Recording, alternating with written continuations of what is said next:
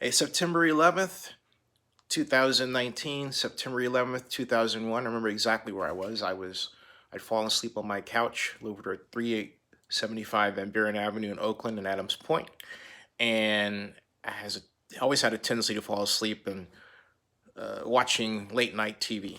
And in this instance, I woke up about 4 in the morning, 4:30 in the morning, and realized that one of the buildings of the twin towers of the World Trade Center was on fire, but it was a small fire at that point. So I went back to sleep, and then I woke up again at just about 5:30 and leading into 6 in the morning shows, and that's when it slowly unfolded that it was more than a fire, and we were clearly experiencing something we'd never seen before in our lives to that point, and really since.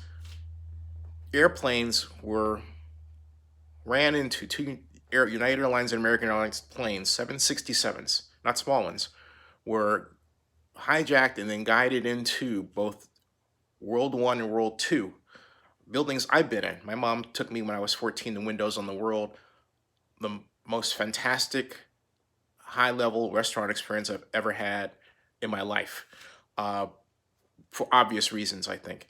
But I digress. And everyone has a World Trade Center story. World Trade Center was an indelible part of American culture. It was featured in many movies. King Kong climbed up the building in the 1976 version of Kong. I can go on and on and on.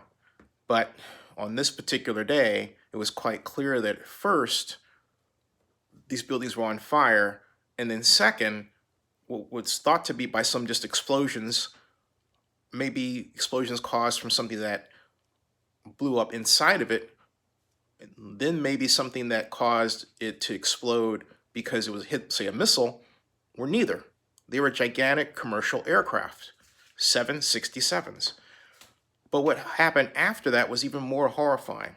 To see these gigantic, massive Minoru Yamasaki designed buildings, he was the architect, come down uh, the way they did with such sheer swiftness and force, to this day, is chilling. Now, how we got there? There are a number of people who have theories. That there's also the basic story, but regardless, it's something that I hope and pray never happens, and I might add is not ever topped in this country's history. Having said that, we have to consider these mass shootings as mini 9/11s. They are also an attack on our way of life in America by people who don't like an aspect of American culture.